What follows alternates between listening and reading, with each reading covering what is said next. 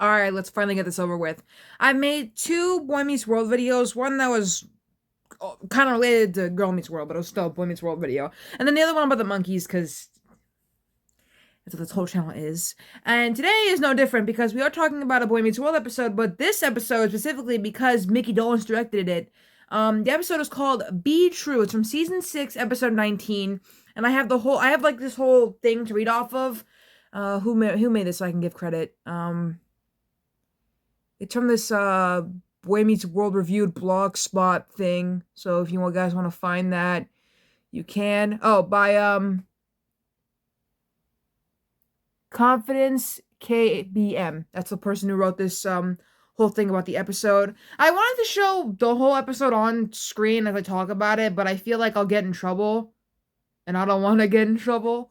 So I'll just talk and stuff. So, here's the episode. Eric is intent on progressing the relationship between Dean Bollender and Mr. Feeney, which at present is nothing more than professional and perhaps friendly. We learned in My Baby Valentine that Feeney had the hots for the Dean, and we've seen the two interact several times in the past. By the light, they've actually set up the groundwork for this pairing. It's so simple and it makes such a difference. The point is, Eric is working to motivate Mr. Feeney, while Topanga and Angela put the moves on Bollender. As the three women enter the union, the Dean explains that she's fond of Feeney, but he needs to pick up the pace. I was hoping for Topanga to drop in about destructive gender-based thinking, re. Turnaround Season 2, but she doesn't, so it falls on Mr. Feeney to make the first move. Fortunately, Eric is doing a commendable job on coaching his mentor.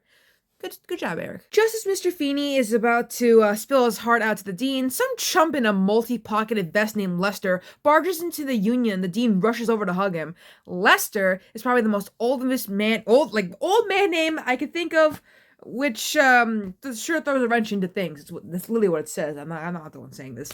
Lester tries to woo Bollender, clearly an old flame, but she introduces him to Feeney, perhaps oblivious to Lester's advances. Also, his name isn't actually Lester, it's Curtis. The person who wrote this checked, and she has called him Curtis the whole time, so apparently the person who wrote this is an idiot. They said that, not me. They're insulting themselves. Anyways, Curtis is in town to give some presentation about his top secret archaeological find in Africa. He is also, as we now learn, Bollender's ex-husband. I think this picture alone would have been a sufficient replacement for everything I just wrote. There's a picture of Feeney and the people.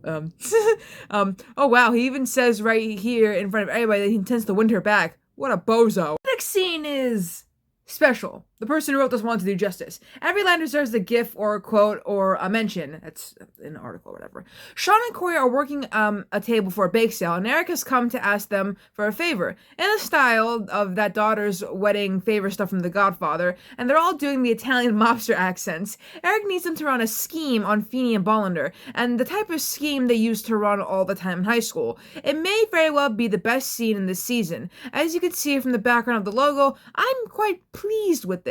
Further, Corey reminds Eric and the viewer that he's on probation after he punched Stewart earlier this season, so it's riskier than usual to pull any hijinks.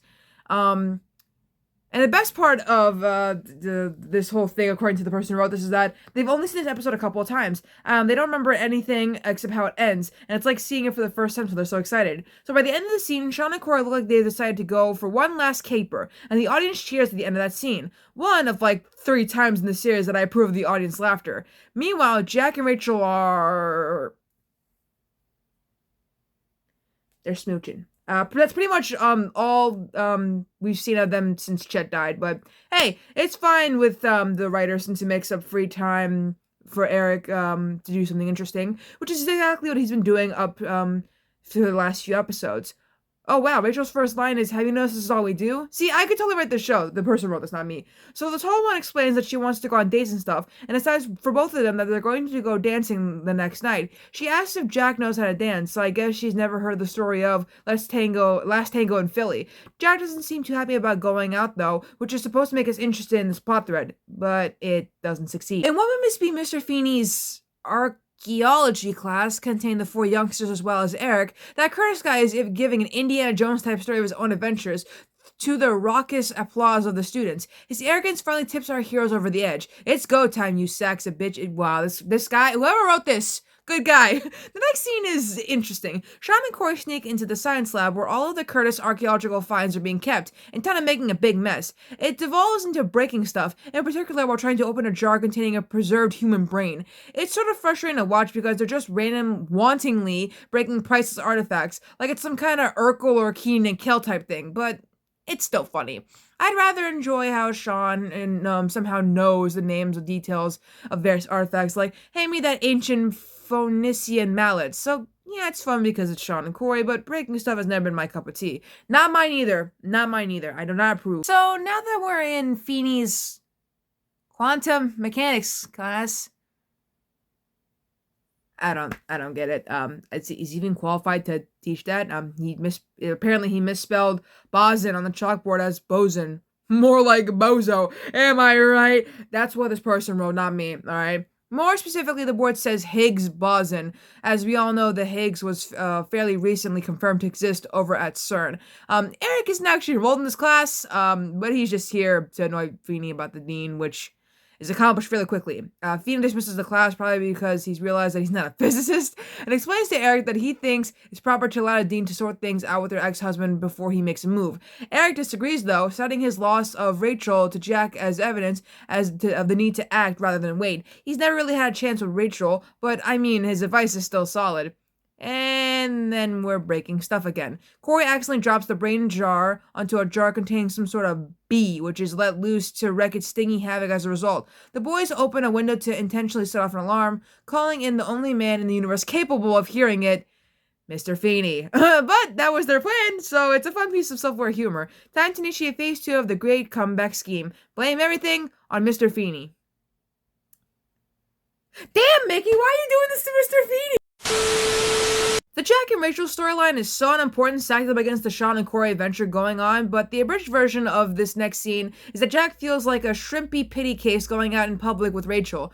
As such, he's wearing manly step-ups for added height as they're about to leave the apartment. Interesting to note is the fact that the Hunter men are only capable of wearing black leather jackets on dates. She convinces her shorter boyfriend to stop worrying about it, and what do you know, the problem is resolved and they head out.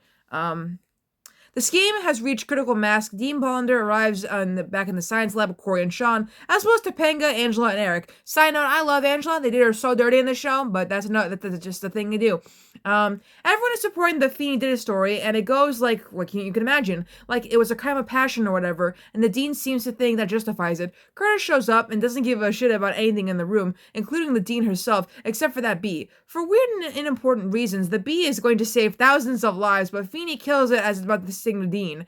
Angela actually has a line in this scene, but of course it's about Sean. So, yeah, Curtis is still a jerk, and Feeney gets the girl, and everyone's happy. Except for Sean and Corey, who have to clean windows as a punishment. During the credits is some crap with Jack and Rachel, but it's not important. And overall, the episode gets 4.0, I think. Is that it? A 4.0? Not bad. Not bad. We got some comments about it. It was, I still don't know who wrote this. I will link this somehow in the description. And the Jack plot is I know Mickey directed this episode, but did he write this episode? Because y'all can't do that to my man, Micky Dolenz. There's no way he wrote this episode. It's gotta be someone. Yeah, writer is David Brownfield. Mickey did the best he could, y'all. He did the best he could. I just realized that Mickey directed a season 2 episode of Boy Meets World called Turnaround.